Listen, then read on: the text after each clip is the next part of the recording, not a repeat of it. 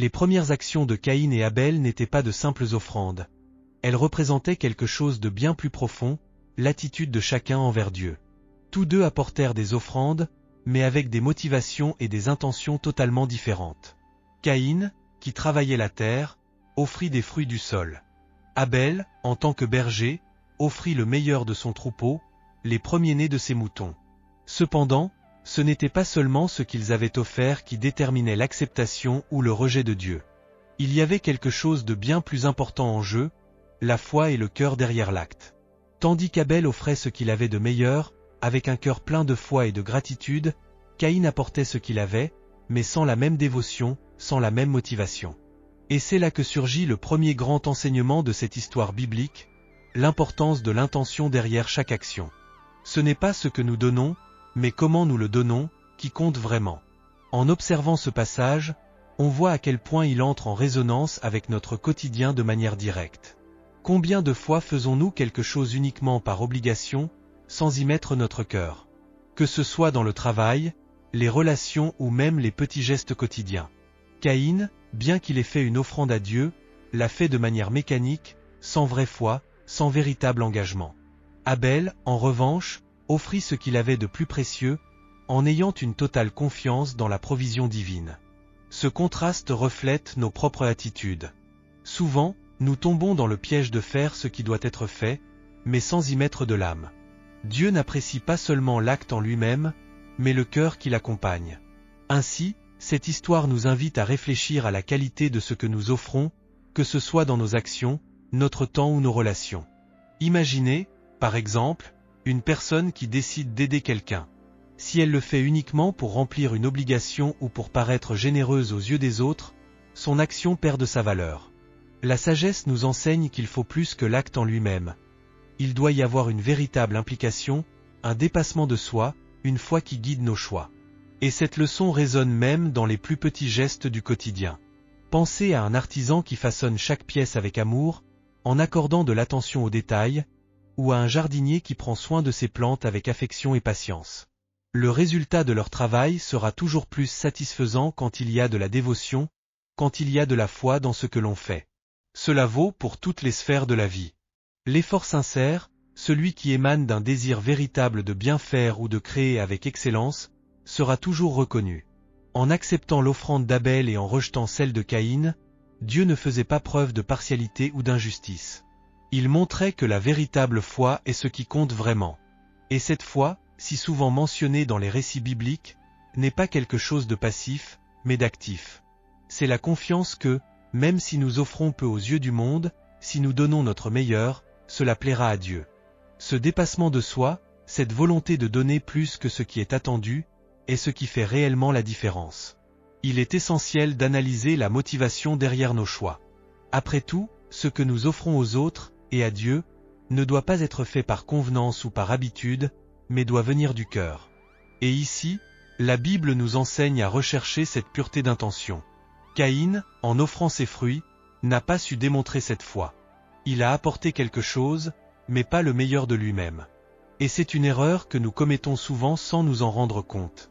Dans notre quotidien, combien de fois nous contentons-nous de faire le minimum requis, sans vraiment nous investir? Et, lorsque les choses ne se passent pas comme prévu, nous finissons par être frustrés. Cependant, le véritable dépassement de soi exige plus que de simples tâches accomplies. Il exige de donner le meilleur de nous-mêmes en tout, même si cela signifie sortir de notre zone de confort. En comprenant cela, nous pouvons appliquer cette sagesse de manière pratique dans nos vies. Par exemple, au lieu de simplement accomplir nos responsabilités de manière mécanique, nous pouvons chercher à mettre plus de nous-mêmes dans chaque tâche. Que ce soit au travail, à la maison ou dans les relations, la qualité de ce que nous offrons est plus importante que la quantité. L'enseignement qui reste est que Dieu valorise l'intention sincère, le cœur véritable, plus que l'acte lui-même. Cela signifie que, pour plaire à Dieu et récolter de bons fruits, nous devons être prêts à nous investir véritablement, à offrir le meilleur de nous-mêmes. Et ce meilleur n'a pas besoin d'être grandiose aux yeux du monde. Parfois, ce que nous avons à offrir semble petit, mais s'il est fait avec foi et dévouement, il a une grande valeur. Quand nous aidons quelqu'un, par exemple, ce n'est pas seulement la quantité de notre aide qui compte, mais aussi la profondeur de notre implication. Lorsque nous agissons avec amour, avec une véritable motivation, nous reflétons ce qu'Abel a fait. Nous donnons le meilleur de nous-mêmes. Cette histoire nous apprend également que la vie est faite de choix. Caïn et Abel ont fait leur choix et ont récolté les résultats. Caïn, en choisissant d'offrir quelque chose 100 fois, a récolté la frustration. Abel, en offrant le meilleur de lui-même, a été béni. Et nous, dans nos vies, faisons aussi des choix chaque jour. La motivation derrière ces choix détermine les fruits que nous récolterons. Le dépassement de nos peurs, de notre paresse ou de notre ego est ce qui nous conduit à agir avec sagesse et foi. Et souvent, c'est ce dépassement qui fait toute la différence entre le succès et l'échec, entre la satisfaction et la frustration. De la même manière que Dieu a vu le cœur d'Abel et l'a récompensé, il observe aussi notre cœur dans chacun de nos choix. Lorsque nous nous investissons avec foi et que nous donnons le meilleur de nous-mêmes, nous plantons des graines qui porteront des fruits plus tard. Comme le dit un ancien proverbe, ce que tu plantes aujourd'hui, tu le récolteras demain. Et cela s'applique à tous les aspects de la vie. Si nous plantons avec amour, dévouement et foi, nous récolterons en abondance. Si nous agissons de manière mécanique, sans âme, les fruits risquent d'être moindres. La Bible, à travers des récits comme celui de Caïn et Abel, nous enseigne à agir avec sagesse, à mettre notre foi en pratique et à nous dévouer véritablement à tout ce que nous faisons. Le résultat ? Une récolte plus riche, tant sur le plan matériel que spirituel. La réaction de Caïn, en réalisant que Dieu avait favorisé l'offrande d'Abel et non la sienne, est un exemple clair de la manière dont la jalousie peut corroder le cœur et altérer complètement le jugement de quelqu'un. Au lieu de réfléchir à ce qu'il pourrait améliorer en lui-même, Caïn s'est laissé dominer par un profond sentiment d'injustice. Il croyait avoir été traité de manière déloyale, alors qu'en réalité, la question n'était pas l'acceptation ou le rejet de Dieu, mais la qualité de l'offrande qu'il avait faite. Caïn n'a pas offert le meilleur de lui-même, et en voyant qu'Abel avait été reconnu, la colère s'est transformée en une envie dévastatrice. Ce genre de sentiment est un poison qui grandit lentement, détruisant tout sur son passage. Il est intéressant de voir à quel point cela reflète notre propre réalité. Combien de fois nous sentons-nous diminués ou dévalorisés lorsque nous voyons le succès de quelqu'un d'autre, même lorsque nous savons, au fond, que nous aurions pu faire plus d'efforts. C'est une leçon de vie puissante, car la véritable croissance vient lorsque nous regardons à l'intérieur et apprenons de nos erreurs, plutôt que de nous comparer aux autres. La jalousie qui s'est installée dans le cœur de Caïn est un sentiment que nous avons tous, à un moment ou à un autre, ressenti. L'être humain, par nature, a tendance à comparer son parcours à celui des autres.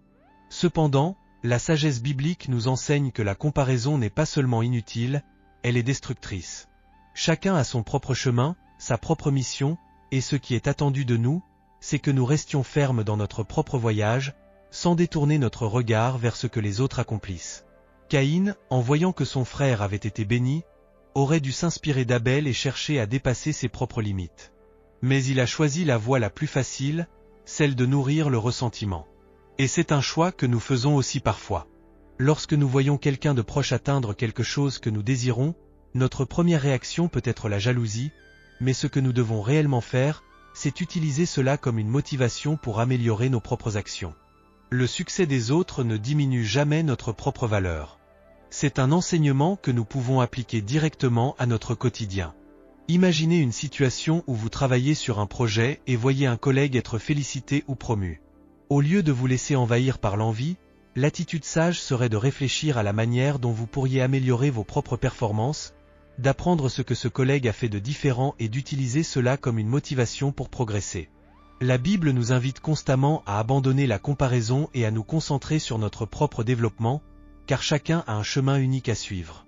Lorsque nous permettons au succès des autres de nous affecter négativement, nous perdons de vue nos propres réussites et la valeur que nous avons à offrir au monde. Caïn est tombé dans ce piège, mais nous avons la possibilité d'apprendre de son histoire et d'agir différemment. La colère qui a grandi dans le cœur de Caïn nous enseigne également le pouvoir destructeur des émotions négatives. La Bible parle clairement du risque de laisser la colère dominer nos actions. Lorsque nous sommes submergés par celle-ci, nous perdons notre lucidité et prenons souvent des décisions contraires à nos principes et à notre foi. Dans le cas de Caïn, il n'a pas cherché à dialoguer avec Abel ou avec Dieu. Il n'a pas essayé de comprendre ce qu'il aurait pu faire différemment ou comment il aurait pu améliorer ses offrandes futures. Au lieu de cela, il a permis à sa colère de l'éloigner non seulement de Dieu, mais aussi de lui-même. C'est un scénario que nous voyons fréquemment dans notre vie quotidienne. Quand nous laissons les émotions négatives nous contrôler, nous agissons de manière impulsive, nous prenons des décisions que nous regrettons par la suite, et nous nous éloignons des personnes que nous aimons. Dieu a averti Caïn du danger de nourrir ce sentiment, mais il a choisi d'ignorer cet avertissement. Dieu, dans sa sagesse infinie, a perçu ce qui se passait dans le cœur de Caïn et a tenté de le ramener sur le chemin de la foi et de la raison. Dieu ne voulait pas que Caïn tombe dans le piège de la jalousie, mais il savait que si ce sentiment était nourri, les conséquences seraient désastreuses. Cependant, Caïn n'a pas voulu écouter. Cela nous montre combien, souvent, nous sommes tellement immergés dans nos propres émotions que nous refusons d'accepter les conseils ou de chercher l'aide de ceux qui nous entourent. La sagesse réside dans la reconnaissance des signes d'alerte et dans le fait de savoir quand s'arrêter et réfléchir avant d'agir. Maîtriser la colère et la jalousie n'est pas facile, mais c'est essentiel pour ne pas perdre notre chemin sur la route de la foi et de la réalisation de soi. Dieu offre toujours une issue, une chance de réflexion, mais il appartient à chacun de décider s'il souhaite suivre ce chemin de sagesse ou se perdre dans ses propres émotions destructrices. Cette histoire nous enseigne que les émotions, lorsqu'elles ne sont pas maîtrisées, peuvent nous entraîner dans des sentiers obscurs. La jalousie de Caïn n'était pas grandiose ou immédiate. Elle a commencé petit, presque imperceptible, mais elle a grandi lentement, comme une mauvaise herbe envahissant un jardin. Il en va de même dans nos vies. De petits ressentiments, s'ils ne sont pas résolus, peuvent se transformer en une colère profonde qui, un jour, peut nous pousser à des actes que nous n'aurions jamais imaginé commettre. C'est pourquoi la Bible nous enseigne à prendre soin de notre cœur, à ne pas laisser des sentiments comme l'envie et la jalousie prendre racine. Après tout, ces sentiments nous éloignent de notre véritable essence, nous éloignent de Dieu et de notre mission.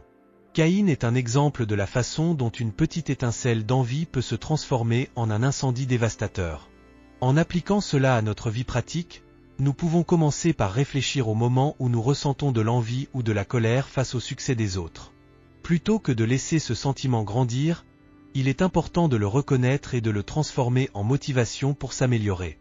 Par exemple, si quelqu'un obtient quelque chose que vous convoitez, utilisez cela comme une opportunité d'apprendre, de vous inspirer, et surtout, de rechercher un dépassement personnel. La Bible nous enseigne à nous tourner vers l'intérieur, à analyser nos propres intentions et à agir avec sagesse. Caïn n'a pas réussi à faire cela, mais nous, en apprenant de son histoire, pouvons emprunter un chemin différent. La colère et la jalousie qui ont consumé Caïn l'ont conduit à commettre l'un des crimes les plus marquants de l'histoire biblique, le meurtre de son propre frère, Abel. Cet acte ne s'est pas produit soudainement. Au contraire, il a été le résultat d'un processus lent et graduel de détérioration émotionnelle, qui a commencé par un sentiment d'injustice et s'est transformé en une jalousie corrosive, pour finalement se matérialiser en un acte de violence extrême. Ce que cette histoire nous enseigne, c'est que les sentiments négatifs, lorsqu'ils ne sont pas contrôlés et affrontés, peuvent grandir en nous comme une ombre qui s'empare de chacune de nos décisions. Caïn n'a pas géré son envie, il n'a pas affronté sa colère, et cela a culminé en une tragédie qui n'a pas seulement ôté la vie de son frère, mais a également détruit sa propre paix intérieure pour toujours. Cet événement est un exemple puissant de la manière dont les émotions, lorsqu'elles sont ignorées, sans être reconnues ou résolues, peuvent devenir des forces destructrices. Caïn, en sentant que Dieu avait favorisé Abel, a permis à ce sentiment initial de mécontentement de se transformer en une obsession. Il a commencé à voir Abel non plus comme son frère, mais comme un obstacle, quelqu'un qui devait être éliminé pour que lui, Caïn, puisse se sentir valorisé. Il est curieux de voir comment, dans nos propres vies, ce même schéma peut émerger de manière plus subtile. Lorsque nous nous laissons emporter par des sentiments de jalousie ou de ressentiment, nous commençons à voir les personnes qui nous entourent comme des concurrents, comme des menaces, alors qu'en réalité, nous devrions les voir comme des compagnons de voyage. L'histoire de Caïn et Abel nous rappelle que, si nous ne contrôlons pas ces émotions, elles peuvent nous conduire à prendre des décisions dont nous ne pourrons jamais revenir en arrière. Le meurtre d'Abel n'était pas seulement un crime contre son frère, c'était un crime contre lui-même. En ôtant la vie à Abel, Caïn a détruit toute possibilité de réconciliation, de pardon ou de paix intérieure. Il s'est isolé de l'amour fraternel, de la possibilité de rédemption. En agissant de manière aussi impulsive et violente, il a renoncé à quelque chose de plus précieux encore que l'approbation de Dieu, il s'est perdu lui-même. Et c'est un point important que la Bible nous enseigne à travers ce récit. Lorsque nous laissons nos émotions négatives prendre le dessus, nous nous éloignons de ce que nous sommes vraiment. Nous renonçons à notre propre essence, à notre foi, et à la capacité de devenir de meilleures personnes. Comme Caïn, chacun de nous vit des moments où il se sent consumé par des sentiments comme la colère et la jalousie. Le secret est de reconnaître ces sentiments avant qu'ils ne grandissent et ne se transforment en actions irréversibles. Cette partie de l'histoire biblique met également en lumière une leçon importante sur les conséquences de nos choix. Le moment où Caïn a tué Abel a marqué un point de rupture dans sa vie. À partir de ce moment-là, rien ne serait plus jamais pareil. Il porterait le poids de sa décision pour toujours. Cela nous amène à réfléchir à l'importance de penser aux conséquences de nos actions avant d'agir sous l'emprise de nos émotions. Combien de fois, dans le feu de l'émotion, faisons-nous quelque chose que nous regrettons profondément par la suite? En tuant Abel, Caïn n'a pas seulement perdu son frère, il a aussi perdu la possibilité de vivre en paix avec lui-même. Et c'est un prix bien trop élevé à payer. Lorsque nous sommes guidés par des émotions négatives, comme la jalousie et la colère, nous risquons de commettre des erreurs qui ne peuvent être corrigées. C'est pourquoi la Bible nous exhorte à contrôler nos émotions, à agir avec sagesse, et surtout, à chercher le pardon et la réconciliation avant qu'il ne soit trop tard. Dans nos vies, nous pouvons appliquer cette sagesse de manière pratique. Pensez à une situation où vous avez ressenti de la colère envers quelqu'un. Peut-être était-ce une dispute, un malentendu ou même une compétition injuste. Maintenant, imaginez que vous ayez agi sur le coup de l'émotion, sans réfléchir, sans laisser de place à la réconciliation. Quelles auraient été les conséquences? Ce que l'histoire de Caïn nous enseigne, c'est que les décisions prises sous l'influence des émotions négatives, sans la lumière de la sagesse et de la foi, peuvent avoir un impact dévastateur non seulement sur nos vies, mais aussi sur celles des personnes autour de nous. C'est pourquoi, avant d'agir, nous devons toujours nous arrêter, respirer et réfléchir aux conséquences de nos actions. Nous devons nous poser la question, cette décision est-elle guidée par la foi, la sagesse ou par l'ego et le ressentiment? Le champ où Caïn a emmené Abel pour accomplir son acte est symbolique. Loin des regards, Caïn a choisi d'agir en secret, comme s'il voulait cacher sa honte et sa colère. Cependant, le fait d'emmener Abel là-bas révèle beaucoup sur l'état émotionnel de Caïn. Il était perdu dans ses propres pensées, déconnecté de sa foi, de sa famille et même de Dieu. Cet isolement est quelque chose qui peut aussi nous affecter lorsque nous laissons les sentiments négatifs nous envahir. Combien de fois, dans des moments de colère ou de tristesse, nous nous éloignons des personnes qui nous aiment le plus? Cet isolement émotionnel peut être encore plus destructeur que l'acte de violence lui-même. En s'éloignant de tout le monde, Caïn s'éloignait en réalité de sa propre humanité. Le meurtre d'Abel, bien que choquant, nous pousse également à réfléchir à l'importance de l'autocontrôle et de la compassion. La Bible regorge d'enseignements sur la manière dont nous devons traiter les autres avec amour et respect, même dans les moments de difficulté. Caïn, au lieu de chercher le dialogue ou de comprendre ce qu'il aurait pu faire de mieux, a choisi la destruction. Et c'est le chemin le plus facile, mais aussi le plus douloureux. La véritable sagesse, comme le montrent les récits bibliques, réside dans la recherche de la paix, la pratique de l'empathie, et la capacité à surmonter les épreuves avec foi et détermination. Lorsque nous permettons au ressentiment de s'installer dans nos cœurs, nous refusons l'opportunité de vivre en harmonie avec Dieu et avec les autres. Cette histoire soulève également la question du pardon, ou plutôt de l'absence de pardon. Caïn ne s'est jamais donné la chance de pardonner à son frère, ni à lui-même. En agissant de manière aussi violente, il a coupé toute possibilité de réconciliation. Pourtant, la Bible, dans sa sagesse infinie, nous offre toujours une issue, celle du pardon. Lorsque nous nous sentons offensés, jaloux ou en colère, nous devons nous rappeler qu'il existe toujours une possibilité de pardonner et d'avancer. Le pardon, souvent, n'est pas seulement pour l'autre personne, mais pour nous-mêmes, afin que nous puissions nous libérer du poids du ressentiment et vivre une vie pleine, guidée par la foi et la sagesse. Caïn n'a pas choisi ce chemin, mais nous le pouvons. Après le meurtre d'Abel, le destin de Caïn était scellé. Il ne pouvait pas simplement se cacher de Dieu, ni échapper aux conséquences de ses actions. Dieu, dans sa sagesse infinie et sa justice, a confronté Caïn en lui demandant directement où se trouvait son frère. La réponse de Caïn, « Suis-je le gardien de mon frère ?» a révélé non seulement une tentative de dissimuler le crime, mais aussi son détachement de sa responsabilité fraternelle et spirituelle. Caïn avait échoué à un niveau profond, non seulement en prenant la vie d'Abel, mais en se déconnectant complètement de l'empathie et de l'amour qu'il devait éprouver pour son frère. Face à cela, la punition de Dieu ne pouvait être légère, car Caïn n'avait pas seulement commis un acte terrible, il l'avait fait avec froideur et arrogance. Cette partie de l'histoire nous fait réfléchir sur le poids de nos actions et sur la manière dont, même lorsque nous essayons de cacher nos erreurs, elles finissent toujours par nous rattraper. La malédiction que Dieu a imposée à Caïn était sévère. Il a été condamné à errer sur la terre comme un fugitif, un exilé, sans jamais pouvoir s'établir. Dieu a déclaré que la terre, qui le nourrissait auparavant en tant qu'agriculteur, ne produirait plus rien pour lui. Ce détail est profondément symbolique, car la terre représentait le lien de Caïn avec la vie et la prospérité. En perdant ce lien, il a perdu sa base, son soutien, et en fin de compte, son identité.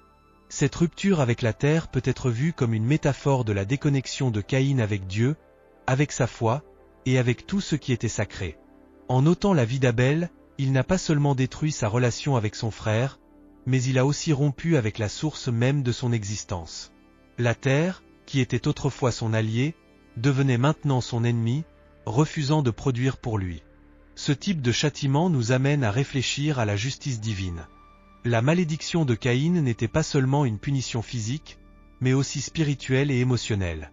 Il a été condamné à vivre sans paix, sans foyer, toujours en fuite, toujours isolé.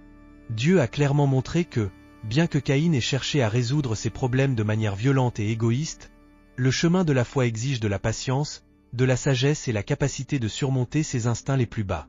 Dans nos propres vies, combien de fois nous sentons-nous maudits par nos choix? Combien de fois récoltons-nous les fruits amers de décisions prises dans le feu de l'émotion, sans considérer les conséquences à long terme? L'histoire de Caïn nous avertit de l'importance de réfléchir avant d'agir, de maîtriser nos impulsions et de toujours chercher des solutions basées sur la foi, la motivation positive et la sagesse. Mais même au milieu de cette punition sévère, Dieu n'a pas complètement abandonné Caïn. Bien qu'il ait été maudit, Caïn a reçu de Dieu une marque de protection. Cette marque empêchait quiconque de le tuer. Cet aspect de l'histoire est fascinant, car il révèle la compassion de Dieu, même dans la justice implacable. Caïn avait commis un acte terrible, mais Dieu, dans sa miséricorde, ne permit pas qu'il soit détruit. La marque de Caïn est un symbole de la grâce divine. Même lorsque nous sommes punis pour nos actions, Dieu nous offre encore sa protection et une chance de rédemption. Il n'a pas anéanti Caïn, mais lui a permis de vivre, même dans la souffrance, montrant que le pardon et la miséricorde sont toujours disponibles, même après la plus grande des erreurs. Cette marque est d'une certaine manière, une opportunité de réflexion et de repentance. Bien que Caïn ait été condamné à une vie d'exil et de difficulté, il a aussi reçu la chance de vivre avec la responsabilité de porter le poids de ses choix. Cela nous pousse à réfléchir aux secondes chances que la vie nous offre. Souvent, lorsque nous commettons des erreurs, nous pensons que tout est perdu, sans espoir de récupération. Pourtant, l'histoire de Caïn montre que, même lorsque nous faisons face aux conséquences les plus sévères, il y a toujours la possibilité de recommencer. Dieu aurait pu détruire Caïn sur le coup, mais il a choisi de ne pas le faire. Il lui a permis d'affronter les conséquences de ses actes, tout en lui donnant la chance de survivre et de réfléchir à ses choix. La vie d'exil de Caïn symbolise quelque chose que nous vivons tous, à un moment ou à un autre. L'éloignement de tout ce qui nous est familier et confortable. Lorsque nous commettons de graves erreurs, nous nous sentons souvent comme des exilés dans nos propres vies, incapables de revenir à ce qui nous était autrefois familier. Cependant, tout comme Dieu a donné à Caïn une marque de protection, il nous offre aussi un chemin vers la rédemption, un moyen de retrouver la foi, la sagesse et de surmonter nos erreurs. Peu importe la distance que nous avons parcourue, ou combien d'erreurs nous avons commises, il existe toujours une possibilité de revenir, de nous réconcilier avec notre foi et de trouver une nouvelle direction. C'est l'une des grandes leçons que les récits bibliques nous enseignent, l'espoir n'est jamais complètement perdu. Caïn, en étant marqué par Dieu, porte cette dualité entre la justice et la miséricorde divine. Il a été puni, certes, mais aussi protégé. La marque n'était pas seulement un rappel de sa culpabilité, mais aussi une preuve de la grâce de Dieu, une opportunité de vivre avec la conscience du pardon. Dans nos vies, lorsque nous faisons des erreurs, il est important de se rappeler que bien que les conséquences puissent être sévères, il y a toujours une place pour la rédemption. Dieu nous donne la chance de réfléchir à nos erreurs, d'en tirer des leçons et de chercher un moyen de nous racheter, non seulement auprès de lui, mais aussi auprès des personnes qui nous entourent. Ainsi, la marque de Caïn est également une marque d'apprentissage, d'une vie vécue avec la conscience de l'erreur et la recherche d'un avenir meilleur. Enfin, la punition de Caïn sert de mise en garde à tous quant au pouvoir de nos choix. L'histoire nous rappelle que nous sommes responsables de nos actions et que, même si nous nous repentons, nous devons encore faire face aux conséquences de ce que nous avons fait. Cependant, même face à la punition, Dieu est toujours prêt à nous offrir sa miséricorde, à nous protéger de la destruction totale, et à nous donner une nouvelle chance de marcher sur un chemin plus juste et plus sage. La marque de Caïn nous rappelle que, même dans les moments de plus grand désespoir, nous pouvons encore trouver la lumière de la compassion divine, à condition d'être prêts à apprendre de nos erreurs et à avancer avec foi et motivation pour surmonter les adversités. La marque de Caïn symbolise la compassion de Dieu. Bien qu'il ait été puni, Dieu a veillé à ce que Caïn ne soit pas détruit. Cela nous rappelle que, même lorsque nous sommes au fond du gouffre, même lorsque nous avons l'impression qu'il n'y a plus d'espoir, la miséricorde de Dieu peut toujours nous atteindre. Caïn devait vivre avec les conséquences de ses choix, mais il avait aussi l'occasion de réfléchir à ses erreurs, et peut-être, de rechercher une forme de rédemption. C'est une leçon que nous pouvons appliquer dans nos propres vies. Lorsque nous commettons des erreurs, nous pouvons nous sentir écrasés par le poids de la culpabilité et du regret. Cependant, la foi nous enseigne qu'il existe toujours une issue, toujours une manière de trouver la paix, même dans les circonstances les plus difficiles. L'histoire de Caïn et Abel nous enseigne l'importance de chercher le pardon, tant de Dieu que de nous-mêmes. Un autre aspect important de cette histoire est la relation entre le pardon et la justice. Lorsque Dieu a confronté Caïn, il a rendu justice en punissant ses actions, mais il a également montré de la compassion en le protégeant. Cela nous amène à réfléchir à l'équilibre entre ces deux forces. Dans nos vies, lorsque quelqu'un nous blesse, il est naturel de rechercher la justice. Nous voulons que la personne assume les conséquences de ses actes. Cependant, la sagesse biblique nous rappelle que la justice doit toujours être tempérée par la miséricorde. Dieu n'a pas anéanti Caïn, mais lui a donné l'opportunité de vivre avec sa culpabilité, et peut-être, de trouver une forme de rédemption au cours de sa vie d'exil. Cela nous enseigne que le pardon ne supprime pas la justice, mais permet qu'elle soit appliquée avec compassion et équilibre. La leçon morale de cette histoire nous conduit également à réfléchir au pouvoir de la réconciliation. En tuant Abel, Caïn a détruit toute possibilité de réconciliation entre eux. Il a ôté la vie de son frère, et ce faisant, il a détruit la possibilité d'un avenir où ils auraient pu vivre en harmonie. C'est l'une des conséquences les plus tristes de la colère et de la jalousie. Elles détruisent les relations, souvent de manière irréparable. Dans nos propres vies, combien de fois laissons-nous les émotions négatives nous éloigner des personnes que nous aimons? Combien de fois agissons-nous de manière impulsive, pour ensuite regretter de ne pas avoir cherché la voie de la réconciliation? L'histoire de Caïn et Abel nous avertit du prix que nous payons lorsque nous laissons l'orgueil, la colère ou l'envie guider nos actions. Enfin, l'histoire de Caïn et Abel est un rappel puissant de la nécessité de gérer nos émotions et d'agir avec sagesse. La jalousie, la colère et l'orgueil sont des émotions humaines, mais lorsqu'elles ne sont pas maîtrisées, elles peuvent nous conduire à prendre des décisions dont nous ne pourrons jamais revenir en arrière. La sagesse biblique nous enseigne que la véritable force réside dans la reconnaissance de nos erreurs, l'apprentissage de celles-ci et la recherche d'une vie guidée par la foi, la compassion et le respect des autres. L'histoire de Caïn est tragique, mais elle offre également un message d'espoir. Même lorsque nous commettons de graves erreurs, il est toujours possible de trouver une voie vers la rédemption, de revenir à la foi et à la paix intérieure. Ce qui importe, c'est que nous soyons prêts à apprendre de nos erreurs et à rechercher une nouvelle direction, avec humilité et sagesse. L'histoire de Caïn et Abel est un puissant rappel de la manière dont la jalousie et la colère peuvent nous conduire à des décisions destructrices. Et vous? Avez-vous déjà été confronté à ces sentiments? Laissez dans les commentaires vos réflexions sur cette leçon et mentionnez de quelle ville vous nous écrivez. N'oubliez pas de vous abonner à la chaîne et d'activer les notifications pour continuer à suivre des contenus qui transforment votre façon de voir la vie.